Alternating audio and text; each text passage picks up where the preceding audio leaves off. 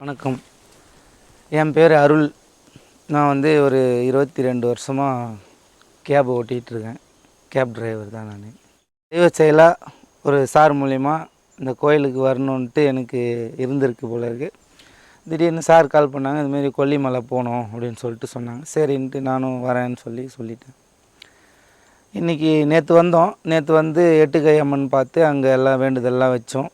எனக்கும் இன்னொரு நண்பருக்கும் வேண்டுதல் வச்சோம். நிறைய சாமியை உட்காந்து நல்லா தரிசனம், அருமையாக தரிசனம் பார்த்தோம். நல்ல வார்த்தைகள்லாம் காதில் கேட்டுச்சு. நாங்கள் நினைக்கும் போதெல்லாம் மணி அடித்து எங்களுக்கு இது நடக்கும் அப்படின்ற மாதிரி நேற்று நிறைய விஷயம் நடந்தது. நல்லபடியாக போயிட்டு நேற்று சாமி தரிசனம்லாம் நல்லா பார்த்தோம். இன்றைக்கி காலையில் அரபிலேஸ்வரர் கோயிலுக்கு போகணுன்னு சொல்லிட்டு சொன்னாங்க. சரிங்க சார் போகலாம் அப்படின்ட்டு சொல்லுவேன். உனக்கு வேறு ஏதாச்சும் குறைகள், வேறு ஏதாவது உனக்கு பிரச்சனைகள் இருந்தால் இங்கே வந்து தகடு எழுதி கட்டினா நல்லது நடக்கும் அப்படின்ட்டு சொன்னாங்க சார். நானும் அதே மாதிரி வந்தோம். மேலே மலை ஏறி கஷ்டப்பட்டு தான் மலை ஏறினோம். ஆனால் நல்லா தான் இருந்துச்சு. அது ஒரு புது அனுபவமாக இருந்துச்சு. நான் ஃபஸ்ட் டைமாக இங்கே வரேன். கொல்லிமலைக்கு ஃபஸ்ட் டைமாக வந்ததுனால எனக்கு அதை பற்றி சரியாக தெரில. அப்போ சார் எனக்கு வந்து கைட் பண்ணாங்க, நல்லா சொல்லி கொடுத்தாங்க. அப்புறம் மாசிலா அருவியில் குளிச்சுட்டு அங்கேருந்து பக்கத்தில் மாசி பெரியசாமி கோயில் இருக்குது, அங்கே போய் பார்க்கலாம். அங்கே போயிட்டு நீங்கள் உங்களுக்கு என்ன வேண்டுதலோ அதை ஒரு தகடு மூலிமா எழுதி கட்டிட்டு போங்க, உங்களுக்கு எல்லாம் நல்லதாக நடக்கும் அப்படின்னு சொல்லிட்டு சொன்னாங்க. அந்த தகடு வாங்கி எழுதிக்கிட்டு இருக்கேன். எனக்கு இருந்த கஷ்டம், எனக்கு வர வேண்டிய பணம் வரல, இவங்களால எனக்கு கொஞ்சம் பணம் வர வேண்டியிருக்கு, இவங்கெல்லாம் கொடுக்கலன்னு சொல்லி அதெல்லாம் மனசில் நினச்சி அந்த தகடு எழுதிக்கிட்டு இருக்கேன். பணம் கொடுக்க வேண்டியவரே பார்த்தா எதிரில் நிற்கிறாரு. எனக்கு என்ன சொல்கிறதுனே தெரில. அவ்வளோ ஒரு எக்ஸைட்மெண்ட்டாக இருந்தது. என்னடா நம்ம இப்போ தான் அவரை நினச்சோம், இவர் தான் பணம் கொடுக்கணும், நமக்கு 2-3 வருஷமாக ஆச்சு பணம் வாங்கிட்டு கொடுக்காமல் இருக்கார், எப்போ வருமோ தெரில, சரி நம்ம எழுதி வச்சுட்டு போகலான்னு சொல்லிட்டு அவரை நினச்சி எழுதிக்கிட்டு இருக்கேன். பார்த்தா அந்த கடவுள் எதிரிலேயே அவரை நிற்க வச்சுருக்காரு.